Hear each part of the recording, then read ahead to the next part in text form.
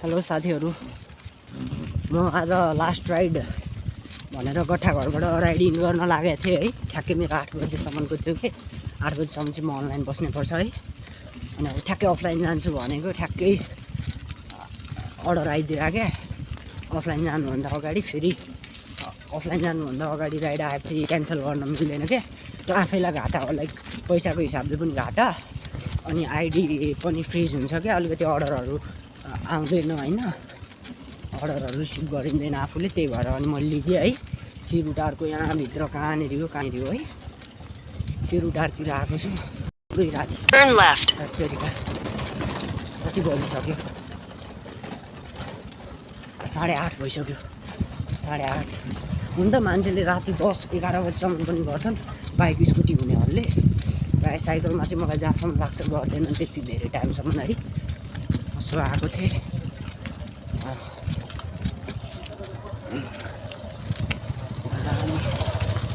दामी कुदाइमा पऱ्यो आज चाहिँ। ल अब यो मेरो लास्ट राइड यही हो मेरो। म म्याप हेरेर हिँडिरहेको छु, कहाँभित्र ल्याएँ।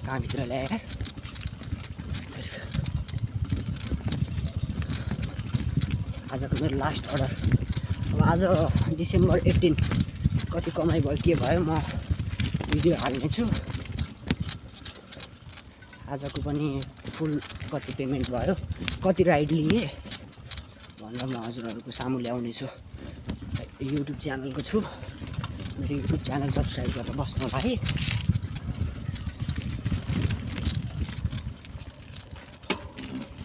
कति मेहनत गर्नुपर्छ, कति पैसा हुन्छ भन्ने कुरा सबै मेरो म डिटेलली हाल्छु नि त भिडियोहरू।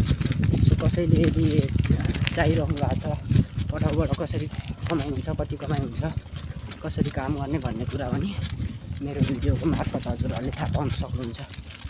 अथवा कोही साथीहरू पनि आफ्नो नजिकै कोही चिना मान्छेहरूले गर्न चाहिरहनु भएको छ भने उहाँहरूलाई पनि त भन्न सक्नुहुन्छ यसरी भनेर। सो ल ठ्याक्कै डेस्टिनेसनमा आइसकेको छु। मेरो आज डेलिभरी टर्न लेफ्ट भन्यो। 50 मिटर अगाडि चाहिँ मेरो डेस्टिनेसन छ। ल म डेस्टिनेसनमा आइसकेको छु। म कस्टमरलाई फोन गर्नेवाला छु।